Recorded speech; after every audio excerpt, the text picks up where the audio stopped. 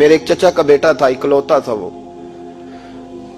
रास्ते में जाते हुए किसी की गोली का शिकार हो गया। मैं थाने गया पर्चा कटवाने, तालिब इल्मी का जमाना था।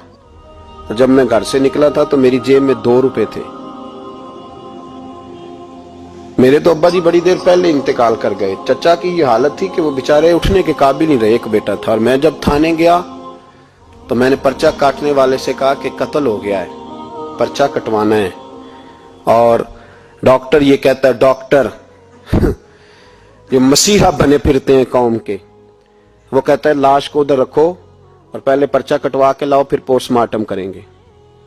उसने भी एक टेलीफोन करना गवारा नहीं किया। ये सारे जालिम हैं इल्ला माशाअल्लाह, ये सब कटहरों में आएंगे, इन सब को हिसाब देना।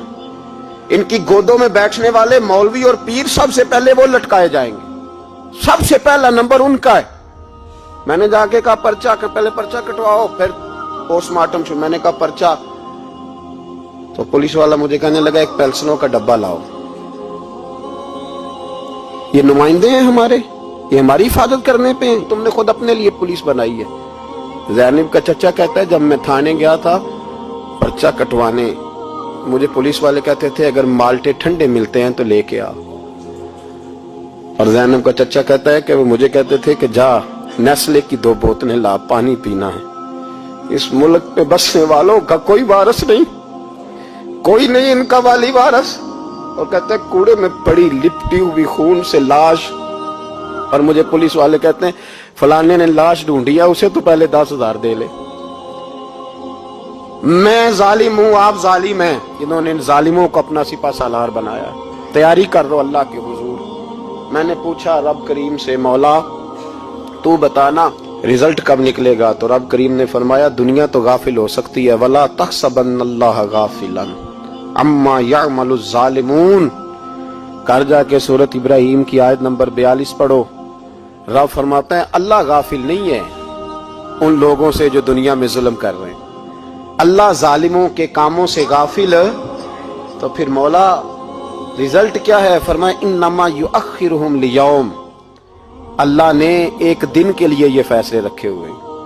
रब रोज अदालत नहीं लगाएगा, अल्लाह ने एक दिन रखा हुआ। तशखसु फीहिल अबसार, फरमाया मैं जालिमों को इस तरह लटकाऊंगा कि लोगों की आंखें खुली की खुली रह जाएंगी। मैं जालिम को, रब करीम फरमाता है मुझे कोई गाफिल ना समझे, वक्त आने वाला है, वक्त आने वाला है। हजरत वहाब इब्न मुनब्बिर रहमतुल्लाह ताला अलैह फरमाते हैं, आप फरमाते बनी इसराइल के अंदर एक बादशाह बड़ा जालिम था। उसने महल तामीर करना शुरू कर लिया। महल बन रहा है, महल के बीच एक झोंपड़ी आ गई, कुटिया एक बूढ़ी औरत की। तो बादशाह ने उस बीबी से कहा कि ये कुटिया, ये झोंपड़ी दे दो, मेरे महल का नक्शा खराब होता है। तो बूढ़ी कहने लगी मैं बेवा भी हूं, बे औलाद भी हूं। जब मैं ब्याह के यहां आई थी तो मेरे अब्बा ने कहा था बेटी तेरा जनाजा निकलना चाहिए, तो चलो मैं पका हुआ फा लूं, थोड़ा वक्त रह गया है, मर जाऊंगी तो तुम्हारा ही है, मेरा कौन सा कुबाली वारस है। चलो जिंदगी की जो सांसें रह गई हैं मुझे यहां गुजार लेने दो। बूढ़ी मिन्नत करने लगी। बादशाह ने कहा नहीं नहीं, तू पैसे ले और हमें खाली करके दे झोंपड़ी। बादशाह ने इसरार किया तो बूढ़ी कहने लगी नहीं मैंने दूंगी। वो अपने घर के अंदर बैठ गई। यूं समझ लीजिए कि बिल्डोजर तैयार करके छुपा दिया गया। 2 4 5 सिपाही खड़े कर दिए कि बूढ़ी ने कुछ सारी जिंदगी घर में तो नहीं ना बैठना, निकलना तो है ना बाहर। जब निकले ना तो फौरन इसका मकान गिरा दो, 2 4 5 10 मिस्त्री इकट्ठे लगाओ, दीवार बना दो। इस तरह कब्जे होते।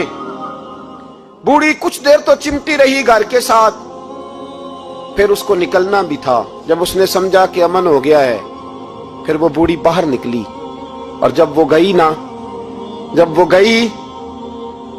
बाहर, चंद घंटों के बाद वापस आई तो झोंपड़ी गिरी हुई थी। घर की छत के तिनके हवाओं के साथ बिखरे हुए थे। नया मकान बन गया। वहाब इब्न मुनब्बिर अलैहि रहमा फरमाते उस बीबी ने जो दुआ मांगी तो अर्श फर्श हिलने लगे, जमीन कांपने लगी। उस बीबी ने लफ्ज पता क्या अदा किए? कहने लगी ए अल्लाह, मैं तो मौजूद नहीं थी, तू बता तू कहां था। اللہ میں تو نہیں تھی. زینب کی اماں بھی پوچھتی ہے اللہ میں تو نہیں تھی, تو موجود تھا نا. عرش کا مالک کہتا میں ہلا دوں گا. ذرا ان علماء کو, مشائخ کو, ان ارباب اقتدار کو دیکھ لینے دو, میری ڈھیل ہے, میں انہیں ہلا دوں گا. کہتی اللہ میں تو نہیں تھی, تو کہاں تھا, تو بتا. رب کریم نے فرمایا جبریل دوڑ کے جا, دوڑ.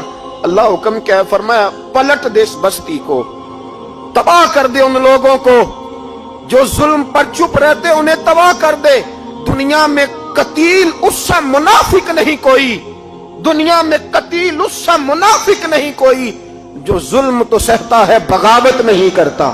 اس سے منافق نہیں کوئی. منافق بن کے جینا بند کر دو, اب مومن بن کے جینا سیکھو. ان ظالموں کے خلاف بولو. میرے عزیز کہتے ہیں تباہ کر دو بستی کو. بستی الٹ دی, گھر تباہ ہو گئے. یاد رکھو عرش کا مالک کہتا ہے میں دیکھ رہا ہوں, ورنہ کوئی موجود نہ تھا, میں تو تھا نا, میں تو سارا کچھ دیکھ رہا ہوں.